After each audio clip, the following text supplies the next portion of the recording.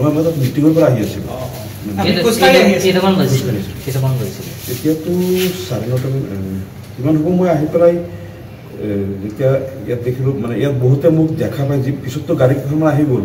যেতিয়া মই ল'ৰাজনক ধৰি হেৰি কৰি আছোঁ গাড়ীখন ঠেলি আছোঁ বহুতে ভাবিলে গাড়ীখন মোৰ নেকি কিছুমানে কৈছে আপুনিতো সেই নিউ হোষ্টেলত থাকে ইয়াত মই বোলো না গাড়ীখন মোৰ নহয় মোৰ চকুৰ আগত হৈ গ'ল কোনো মানুহ সেইকাৰণে মই তেওঁক হেল্প কৰি দি আছোঁ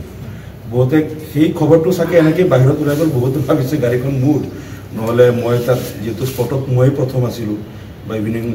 মানুহজনক আপুনি ধৰিছে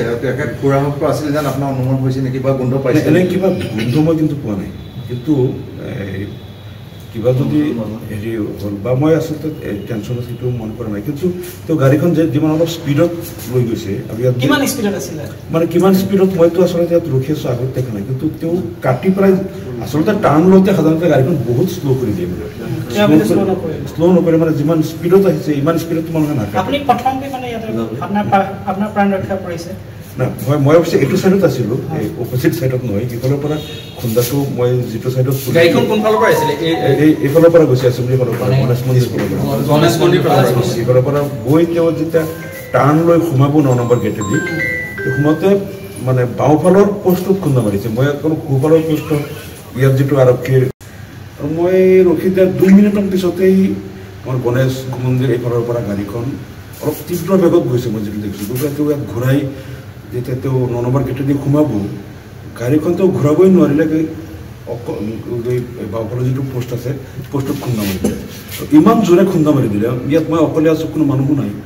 মই মানে ভয় লাগি গ'ল যে যেনেকৈ ভাঙিছে মানুহ মই ভাবিলোঁ মানুহজন ষ্টিয়াৰিঙৰ চেপাত পৰি গ'ল নেকি তাৰপিছত মই এইখিনি দৌৰি গ'লোঁ বৰষুণৰ অলপ আছিলেই গৈ পেলাই মই দৰ্জাটো অলপ বেণ্ড হৈ গৈছিলোঁ মই টানি খুলিলোঁ দৰ্জাটো খুলি তেওঁ মানে তেওঁ আচলতে ষ্টিয়াৰিং বেলুনটো খুলি যোৱাৰ কাৰণে মানুহজন ষ্টিয়াৰিঙৰ চেপাত পৰিল তেওঁক মই ধৰি উলিয়াই আনিব পাৰিম অকলে আছিলে তেওঁ অকলে আছিলে তাৰপিছত যেতিয়া তাক উলিয়াই আনিলোঁ আমি এতিয়া এই গাড়ীখন আকৌ ৰোডটো ব্লক হৈ গ'ল অলপ 1 মিনিটৰ পিছতেই সিফালৰ পৰা গাড়ী দুখন আহিছে এইফালৰ গাড়ীবিলাক ব্লক হেৰি হৈ গ'ল তেতিয়া মই বোলো এই গাড়ীকেইটাতো ইয়াত জাম লাগি যাব আপোনাৰ গাড়ীখন এইফালে অলপ ছাইড কৰি দিওঁ এতিয়া মই কৈছোঁ আপুনি ষ্টিয়াৰিঙত বহক আপুনি খালি অলপ কাটি দিব আমি সেই গাড়ীৰ পৰা 2জন মানুহ মাতি আমি ঠেলি গাড়ীখন নি পেলাই এটা ছাইড কৰাৰ পিছত তেওঁ মানে ক'ত দুখ পাইছে তেওঁ ইয়াত কাপোৰো ফালিছে আৰু বুকুত খুব তেওঁ প্ৰচণ্ড বিষ ইয়াত বুকুত হাতেৰে এনেকৈ ধৰি এবাৰ উঠি যায় বহি যায় মানে মোৰ এটা ভয় হ'ল যদি বুকুত এটা প্ৰচণ্ড আঘাত পাইছে মই বোলো মই গাড়ী মাতি দিওঁ মোৰখন আপোনাক মই ইমিডিয়েট GMCH বা কোনোবা এখন হস্পিটেলত নি যেহেতু আমাৰ ইয়াত ওচৰতে ক্লিনিক এছেম্বলি ক্লিনিকটো তেতিয়া বন্ধ হৈ গ'ল তেতিয়া মই ক'লোঁ যে মোৰ গাড়ীখন মাতি দিওঁ আপোনাক মই GMCHত গৈ পেলাই হেৰি কৰোঁ তেতিয়া কৈছে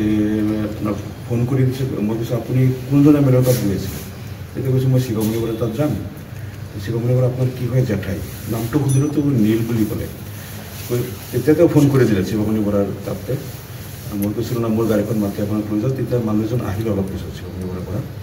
আহি তেওঁ কৈ আছে মোৰ গাড়ীটো লৈ খুব টেনশ্যন হৈছে মই কৈছোঁ গাড়ীটো চিন্তা নকৰিব আপোনাৰ যাতে একো হেৰি নহওক গাড়ীখন ইয়াত থাকক পিছত এইটো